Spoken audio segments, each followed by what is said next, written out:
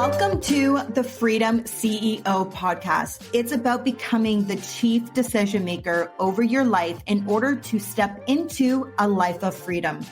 From business, health, wealth, charity, and giving back to just doing life on your own terms. I am your host, Shay Invidiata. I am an award-winning activist, change maker, and a multi-facet impact entrepreneur with over a decade of experience in business, philanthropy, and health and wellness. In this space, I'm going to be bringing you insights, not just from me, but from incredible thought leaders around the globe to help you start making decisions towards living a life of freedom so you can live a life you love. Are you ready, guys?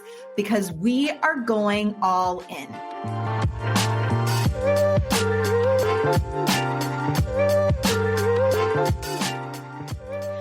You are going to love today's episode. I sat down with Michael Valdes, who is the Chief Growth Officer for EXPI Realty. With over 86,000 agents, they are the largest independent brokerage in the world. Michael has spent the last 22 months opening them up in 22 countries around the globe.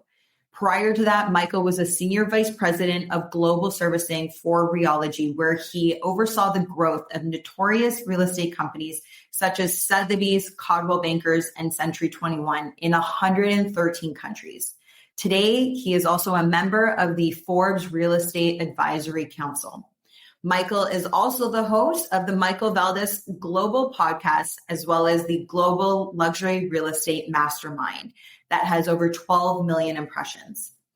Not only is Michael a remarkable thought leader, but he truly has a heart of gold. And in this episode, I talked to him about all things leadership, business, real estate, and the disciplines needed in order to be a high performer. I hope you enjoy this episode. Tune in to our conversation on the Freedom CEO podcast.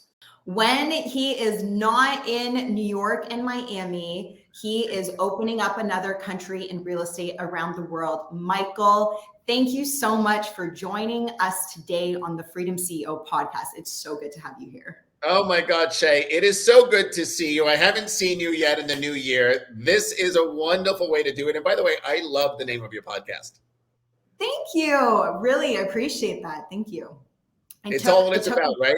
And what freedom represents to everyone and what that does for themselves, for their families, and really for society as a whole. So I love that. Well, and Michael, you know me, like I've got this charity philanthropy component, but then the business entrepreneur side. And when I was really thinking of how do I bridge this gap, or not like even the gap, but how do I bring like all of Shay under one label?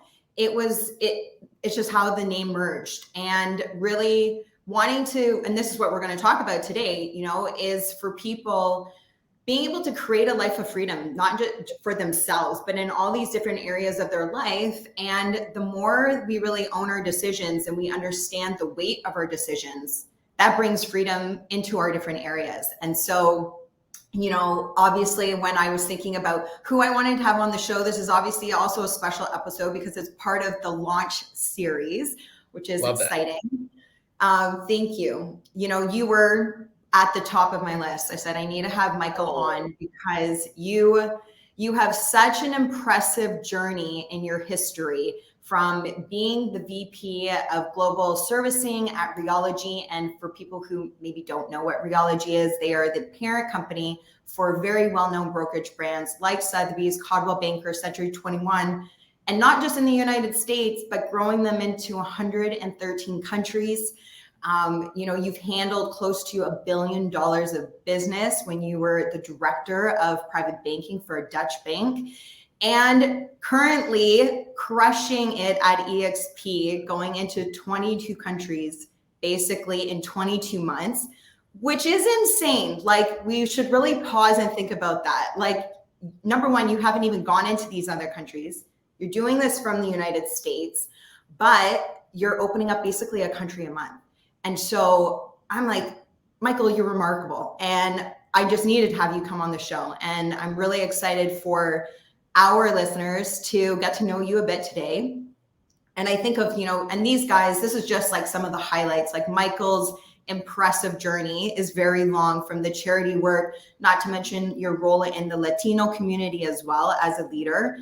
But let's go back to like your 20-year-old self. Did you hold this vision for everything that you've set out to accomplish? First of all, thank you for all of that. And I can't take credit for all of that. I'm surrounded by the most amazing team, and nothing gets done singularly. It all gets done by community and by the talent of everyone that's around. And I'm really fortunate to have that. But we'll get to that. But you know what? It was. I grew up. My dad was a political prisoner in Cuba. He was part of Batista's advisory council, and so we grew up with a sense that tomorrow's not promised. So live for today and really sort of do the best you can. And it was always in my head. So I always had that sense of what you do today is what you're going to do today, and you're going to grow to what you can do tomorrow, but tomorrow's not promised. So you're going to go and do everything you can do today and live today. Yeah. And so I've always had that. You mentioned Deutsche Bank, and I was actually the first Latino director of Deutsche Bank in the country at age 25. But at age 20, I still had another business at age 20. So I actually had a production company at age 20, and I ran a company where I'm old, so I'm gonna sort of like put this all in perspective. So I'm 56 now, and okay, so that's not old, by the way. That's not old. I hear that the new 50 is like 70. No, I love it. I'm happy with where I am right now. And so, but that was 36 years ago when I was 20, right? And so when you start putting that in perspective, that was, I had a company called Zenith Entertainment, and it was a company where we bought the rights to films that were going straight to video. And anyone who's your age or younger will not even know what that means. And that was something where this was prior to Blockbuster. This was prior to all of the Netflix, obviously, and all that stuff. So this is when you had a film that was done that would not have a theatrical release. So it would be released in video. And so then you would actually go in and buy the rights to that movie for the different countries. So I would buy the wholesale rights for Latin America, and then I would go to the different film festivals and sell them country by country. And so I did that when I was in my 20s. And then we had a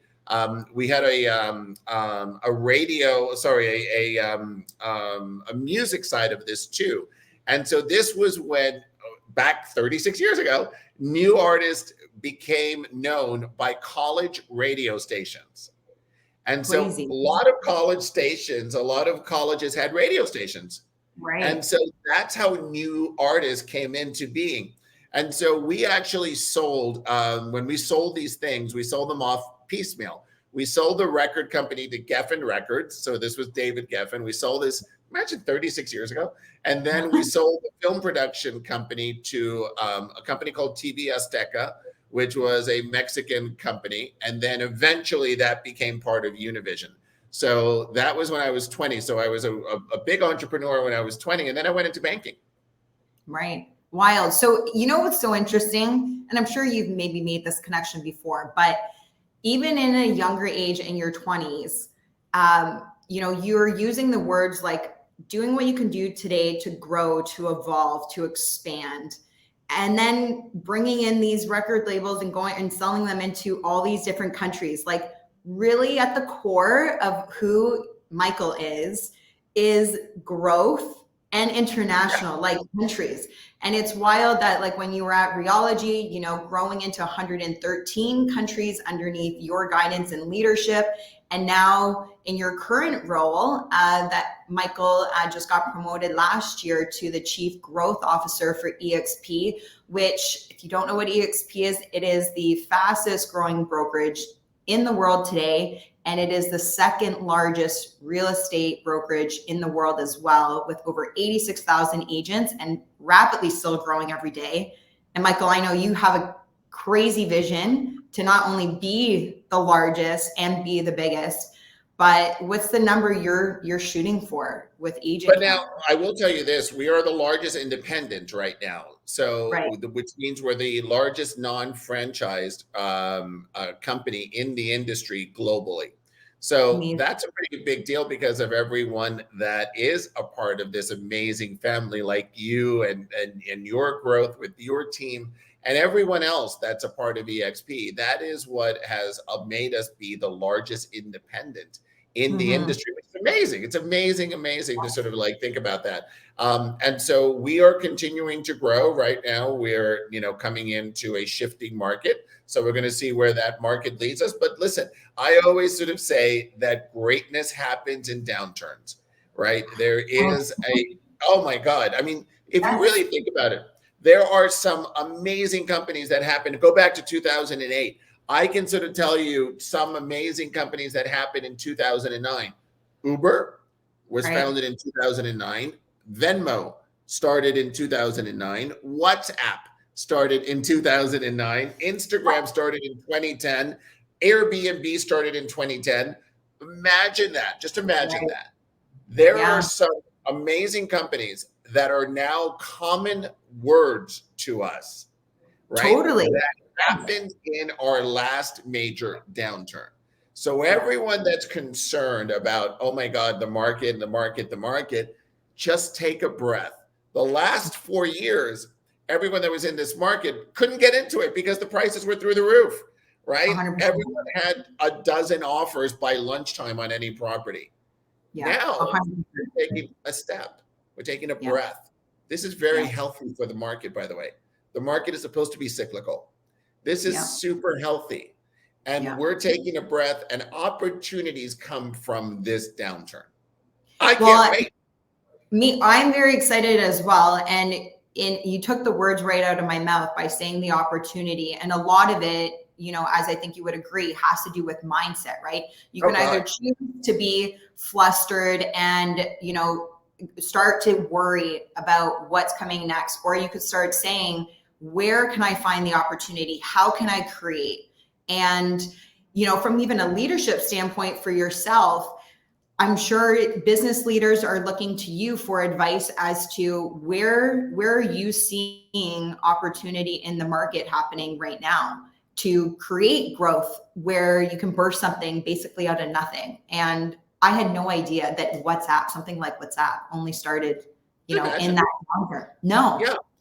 Yeah. And and that's a great question. So right now we are looking at where we can serve as the answer to many people, because when you start thinking of independent real estate brokerage companies or larger teams, they've already running on a thin margin.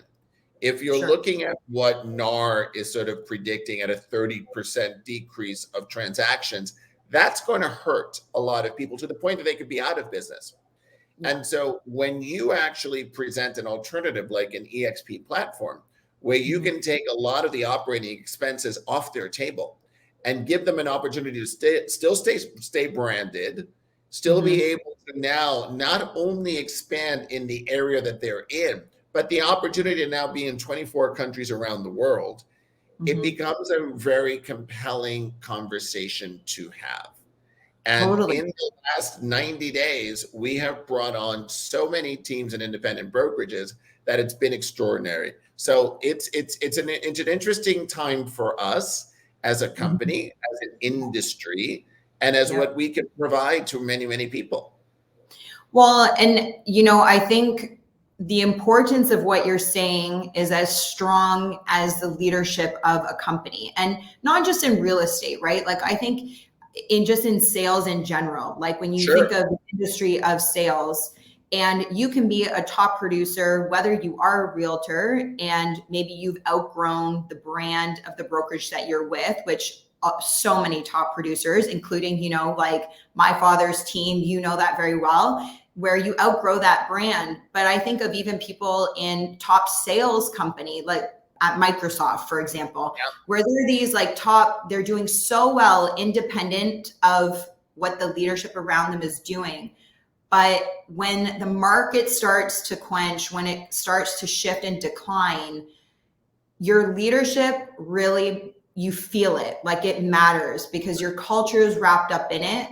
But if you've never gone through a downturn, you know, Michael, you graciously shared with us your age. I lived through the 80s, but only through, I was born in the 80s, but I sat around the dinner table hearing, I've always heard my dad saying when interest rates went through the roof and gold, Yeah. you know, skyrocketed. So I have had that understanding. And of course, myself, I was in real estate in that first kind of my first downturn of a market in 07, 08. But for a lot of people in sales or in business in general, this could be a first real shift that they're seeing 60% declines in sales or in their business. And so why do you think like leadership at this point is so important, or having this idea of like mentorship becomes very important? When someone has an uncertain future, Mm-hmm. they need the guidance, right? And so if you haven't been through it before, it's scary. Sure. It's absolutely scary. You know, I was in production in 2007, 2008, 2009. 2009 was my best year ever in real estate. It's amazing. That's, you know, and because there, and I'll tell you a story. I got into it really by accident. And so I had a person who was a hedge fund manager that came, and him and his wife were interested in the penthouse of this building that was coming up in Miami. And so I showed them the penthouse, and the developer did not want to move off the price. And I thought, oh, this is ridiculous. This is, and I went and I had lunch with them, and I said, you know, don't buy it. It's too expensive. I would go in with a low ball offer. And they said, well, do you think we can get it? And I said, well, let's see. Let's start sort of the process. And we did. And the developer was adamant. And so he says, look, my wife really loves the place. Let's just sort of like, let's just go for it. And I said, I don't think that it's the right thing for you at this price. And imagine this, 2009. And he said to me, you're talking yourself out of a six-figure commission. Sure. And I said, it's not the right thing for you. I really believe that in my heart. And then he turned and he shifted the conversation, and he said to me, do you know what I do? And I said, I know you run a hedge fund. And so he says, well, we're about to create a vulture fund. And for your viewers and listeners that don't know what that is, in 2008, 2009, many hedge funds created what was called a vulture fund. And it was a really bad name for it, but it was very accurate. A vulture fund was basically set up to buy properties that were going back to the bank, properties that were in foreclosure, and properties that they can then go and rent, because the rental market was still strong because nobody was buying. Right. And so what we were doing was going in. And so he said, we've got a vulture fund that we're looking at for properties in Miami, because Miami and Las Vegas had the largest decline of cities in that period of time. And so they said, we just haven't found a realtor that we wanted to work with that was that honest. And so the conversation shifted in half a second. They offered me a retainer at the lunch table of $20,000 a month for me to sort of go in and work with all of the properties that I can get to them first as a first right of refusal. Wow. And so I was just sort of like done. And so because I had the finance background, they were very comfortable. I worked with their head of the vulture fund. We went through what was their parameters, and we just I hired 3 other people because we kept sort of like going through and writing so many contracts. Now, what I actually ended up doing was I had 2 other hedge funds that I would sort of work with because of their spillover. So my fiduciary responsibility was to this first one. And then I had 2 other hedge funds that I worked with in the same parameters, but they were at second and third position. So everything that I did, I had a factory going through. So 2009 was the best year I ever had in real estate. And it was the worst year it could have been. That's unreal. So, sorry, go ahead. All you have to do is shift. You have to be agile. You have to be open to the opportunities, and you have to be true to yourself, right? So in my heart, they were overpaying for that penthouse. And if they really wanted it, I would have sold it to them, right? But I was saying my professional opinion is that in this market, you are paying too much for this. Right. Yeah. And this was a market where most things weren't selling. And so it was a six-figure income the six-figure commission that I was saying no to, but I was saying yes to what my word was with them. Sure. And my reputation was much more valuable than that. And look what happened at that same dinner table. That was instant karma. 100%. And you also create clients that turn into friends for life, you know? Oh my God. Yes. I still speak to them. That was 15 years ago. Yeah. Yeah, I believe that. And, you know, I think especially when we're going into these downturns, this story is very important for people. And like I said, not just in like real estate and in our industry, but if you're in business in general, right? You are in a service industry first, and it's going to be paramount that you're still servicing your clients, as tempting as it might be, to just try to get a deal done. And also, scarcity is a mindset. Scarcity is a mindset. It is a mindset. The market is, look, we're in real estate agents do not dictate price. The market does. 100%. We're only responsible for bringing two parties together, and the market will determine the price, right? 100%. So scarcity is a mindset. Yeah. Prices are down 30%. Oh, who cares? No, it has nothing to do with you. Yeah. And I think it's again, you know, why it's so important to be leaning to leadership and mentorship if you've never been through this, because you will hear this. It's a constant theme amongst leaders, but people who have been through that, where they are getting creative, you are creating opportunity, but you're also employing new strategies. And if you've not done that before, like this type of advice, not that it's always free, but usually most successful people are happy to share what they've learned, because oftentimes we've learned it from somebody else who has done the same for us, right? So it's a pass it forward. And there's so much of that. It's your responsibility. It's not like someone's willing to do it for free. I have to do it. Sure. Because I was gifted this.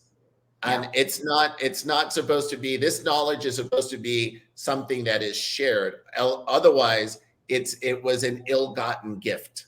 Totally. Yes, I agree. Couldn't agree more. So Mike, okay, like we are going into this downturn. We've already felt it a bit. You're not putting the brakes on very hard, maybe a little on some things that I'm not aware about, but I know you're still moving forward full steam. And with that vision in mind to continue to grow through the opportunities you're finding in the downturn, you also need to leverage your time, which means you need to bring other people on your team. And, you know, if you don't know Michael Valdes, you need to follow him on Instagram. He's Michael Valdes Global, and I'm going to put it in the show notes. You'll be able to find him 10 different ways. We're going to link everything for you, so make sure to check that out. But more than just a leader for realtors, you really are such an incredible human for leadership in general, mindset, personal development. And it's fascinating for me, because I'm in real estate, of being able to watch you in that way. But it makes me curious as to, when you duplicate who Michael is, what are you looking for in a leader to bring on a team like your growth team to continue to be able to lead an organization at the scale and size that you're handling? To really remember that we are in service to others. You have to be, every decision that you make has to be, what is this doing that's in service to others? You know, I was just telling the story before about the person with the penthouse and what happened from that. I was in service to them. Right. It wasn't the right thing for them. So you need to make your decisions not about you. You will be taken care of if you make the right decisions. If you make those decisions where you're just thinking about how do you serve others, that is the best thing to do. You, like with my global team, we don't think about, you know, how many agents joined EXP. We always say the term, how many lives did we touch? I love that. And that's a really different mindset. It's a very different mindset, and it's a very different leadership thought from many other corporations around the world. where it is about the numbers and it is about meeting quotas, right? And sales volume. And I love hearing that from your leadership team, which is also my leadership team. And I think that's really part of the difference. EXP is the fastest growing brokerage in the world today. And I really do attribute a lot of that to the culture of the high caliber of leaders like yourself, like Glenn Sanford. We just have an incredible team that more and more, like Tristan, right, from Success Magazine, became the chief marketing officer. Like, he's so rad with his thought leadership as well, right?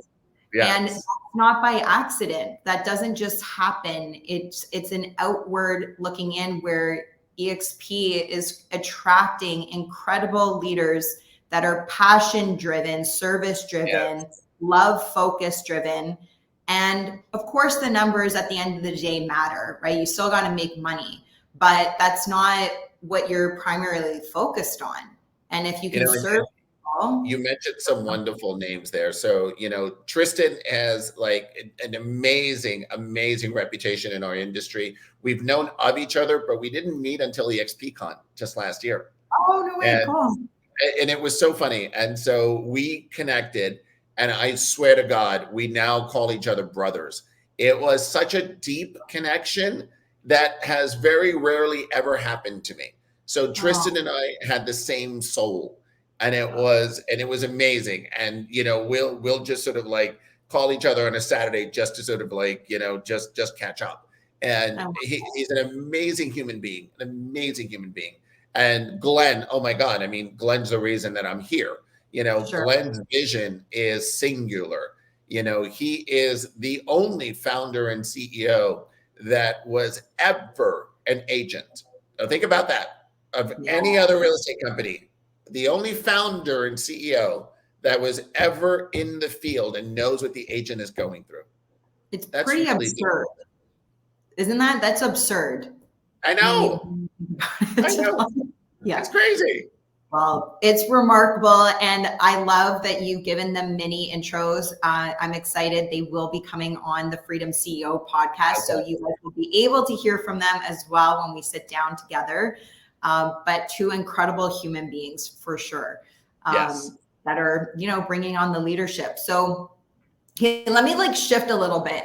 I heard you say once that one of the challenges in your current role. So again, we've brought this up in 22 countries and still going, which means you're handling multiple time zones at any given time in the day. And that, of course, can be extremely challenging. And that's what you were saying and being on. And I'm one of these people that I say to agents often, because, you brought up scarcity before.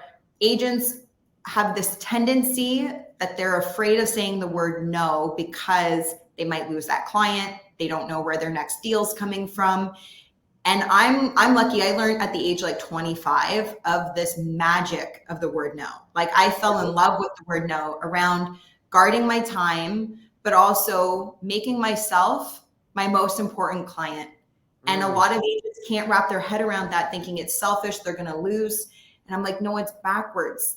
When you respect yourself and your time, and I schedule my workouts, my meditations, family time, fun time, like in an appointment. And you would not miss that appointment for a client. And when you can make that shift for yourself, you are doing that first, you show up the best to serve for not just your clients, your family, friends, everybody. So you've got to be super disciplined to be in the role you are, 22 countries, multiple time zones. So I'm saying all of that to say, what do you do to create that balance, but the disciplines you have in place to manage that? So there's a few things that you just sort of said, which were amazing nuggets. So yes, I'm very disciplined. I always have been. So I get up at 5 a.m. and go to the gym and have my time before the calls do start. I'm usually on my first call somewhere around 7 or 7:30 in the morning. my time. And it's not rare for me to end at around 7 or 7:30. But there's Sure. got to be breaks in between where, I'll say to my assistant, I need a 2-hour break in my schedule so that I can just catch up to what I actually just sort of did. If I'm on calls back to back, hour after hour for 12 hours straight, I'm not of service to anyone. Sure. Because I haven't digested what I've just done before I've jumped into the next one. Totally. So there needs to be breaks so that there is a reset in the day. Mm-hmm. Otherwise, it doesn't work, right? Totally. This to me is a beautiful reset for me. I just get to sit and talk to a friend. So I love this reset in my day today. And later on in the afternoon, I actually have a guest on my podcast. And then that sort of like is a second sort of a break in my day. Still serving others, right? Because we're sharing information that might help somebody else. Totally. And maybe have somebody else look at something a little bit differently. And so that to me is still being of service, but that to me is also having a break in my day where I can just sort of sit and reflect. So it's almost sort of playing, dual. And when you were sort of saying, the idea of saying no, I do it in somewhat of a different way. Everyone sort of knows where it's black and white, right? If somebody says to me, and I've said it to you before, are we opening in such and such a country? And I sort of said, not now. I'm not sort of saying to you, I'll put it under consideration, or it's sort of like, not now. But then it saves you, right? And then you can sort of regroup. And now, the country we're talking about may actually have come back around full circle, and now we may be ready. But, it's sort of like I don't sort of leave a door open if the door isn't open now, because it's unfair to the person asking, and it's unfair to me. Because if I give them a window of hope, they're going to call me all day long until they say yes. And so that doesn't help them because it doesn't give them clarity. And it doesn't help me because it steals my time. Exactly. So clarity is super important to me. I'm a high D, and it's always sort of like, and I have to be cognizant that not everyone else is. And I have to be cognizant of how I deliver my message to other people. And but it's also the idea that, my love language is shorthand. Give me bullet points and digest and let me make a quick decision. Here are all the facts. Yes or no, move on. Because that's the only way we've been able to do this. And that's the only way that's fair, not only for the other person, but for me as well. Totally. And, I also say too, like, whatever you're saying yes to means you're saying no to something else. Absolutely. And also vice versa. Whatever you're saying no to means you're saying yes to something else. And so when you can get clear on what your priorities are, it becomes very easy to say, not right now, like a no, not maybe forever, but a no for now. And then being able to fully lean into what you're saying yes to as well. You know what? Everything around us is infinite, right? It's sort of like opportunities are infinite. Money is infinite. The air that we breathe is infinite. The only thing that's finite is time. Right. We all have the same amount of time. This half an hour that we just sort of spent speaking is gone. Right. There's all the money in the world can't bring that last half hour back. Totally. That's gone. So that's the only thing that's finite. Everything else is infinite. And if you don't learn how to manage what's finite, you can't get to what's infinite. 100%. And, again, just kind of going back what I was sharing earlier, it's why it's so important. The things that are important to you in your personal life, but that are important to make you the best version of yourself. That's right. You shouldn't be trading that off, because then there's resentment. There's, you're not happy. And then that doesn't serve anybody. And it goes back to, until Elon Musk figures out how we can time travel and how we can buy more time, we have to keep living by these principles, right? Guarding our time and what's important, and making sure we're taken care of first so that we can show up and serve the best. But here's what's so beautiful about that too. That's the great equalizer. We have the same 24 hours that Elon Musk has. It is.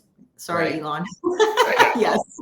That's our great equalizer as well. So he uses his 24 hours probably much differently than you or I use ours, right? Yeah.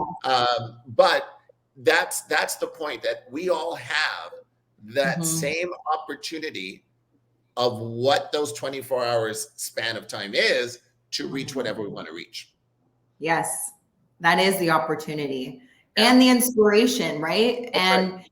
this is why it's so fantastic to be speaking to different leaders and learning, like, what time do you wake up in the morning? You're working out. What are you eating? You know, like, I love all of this, like, cross sharing, really, you know, so that Sure. you can continue to evolve. You can adapt and bring into things into your life that maybe, like, I've not thought about before. So these conversations are so important to be having. And we're going to wrap up, but because we're speaking to you as the Chief Growth Officer, we have to talk about growth a little more because that would just be silly. So I would love to know, and this is, you know, I guess what I just even said, this is really for me, but what are you learning right now? Or like, in what area of your life are you growing, maybe being challenged that's forcing you to grow? But yeah, like, teach us, what are you learning right now? Yeah, that's a great question. You know, look, I think that I always find different things that I want to learn to try to keep. I want to be the best teacher that I can be, but you can only do that by being the best student, right? So you always have to try to learn new things. So my newest thing that I actually want to learn this year is I want to get a helicopter license. I love that. Yeah. I love that. How about And that then, for freedom, right? You no, just sort of get and so yeah, that was one of the things that I wanted to do. You know, I have a home in Miami and I have a home in New York. So there's heliports in both, very close to my home. And so that was one of the things that I wanted to do. I've already looked into it, and I'm actually going to start classes next month. I love that. Amazing. Yeah. Well, actually, I put on my vision board that I want to get my pilot license. Yeah. I think it would be fun. Yeah. So I love that you're doing that. Fully a solid step ahead of me because you're already looking into classes. But I love that. That's so exciting. So Isn't that exciting. cool? Yeah. So that's also going to be something for me, right? And it's also something that will challenge me and will continue to help me grow. I love that. Okay, last question for you, Michael. Yeah. What would you say has brought the most freedom into your life? Huh. That wasn't even on your questions. I like this one. I like this one. You know, and it's probably not the answer that you're expecting. So when I was 26 years old, I was diagnosed with colon cancer. Wow. And it was something where, you know, you're not in your 20s, you're not supposed to be testing your own mortality. But for me, when I was able to overcome that, and thankfully it's been 30 years, it was something that gave me the greatest freedom, because in your 20s, you know, you go through and you start sort of thinking about the environment in which you're in, and you always start living for others. And you start living for approval of others, and you start, whether that's your boss, whether that's your spouse, whether that's your friends. And so you always start living for others. And it gave me the greatest freedom, because afterwards I realized that every day was a gift. And I also realized that whatever anyone thought of me wasn't my responsibility. And it was the greatest freedom, because it allowed me to truly just grow and be responsible for myself, my own actions, and really wanting to serve others. It allows you the freedom to do that. So that was really that was a great freedom for me. Well, and it would have changed how you make decisions as well. 100%. Right? 100%. So, Yeah. unbelievable. Yeah. I did not know that about you. Yeah. Well, Michael, thank you so much for joining me today. It's always so great to chat with you. And we're going to have to probably have you back on the show at some point. I would love that. And Shay, I have to say to you, you know that I love your family. You know that I love your dad. I love you. And I love who you are. And I know that this is really, you're interviewing others, but I want people to Google you and to understand what you do with your charity, the amount of people that you literally save, the amount of lives that you save.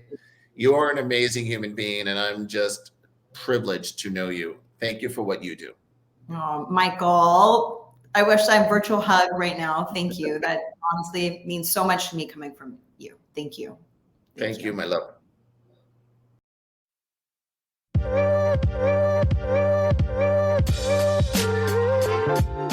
Thanks for tuning into the Freedom CEO podcast. If you got value out of today's show, I would love for you to leave a review, as it will help my show reach other people as well.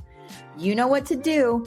Download this episode, click the like and subscribe button. If you feel like spreading more love, pop over to Instagram and share today's show in your stories. Remember to tag Shane Vidiata and the Freedom CEO. My DMs are always open, so drop me a line. I'd love to connect.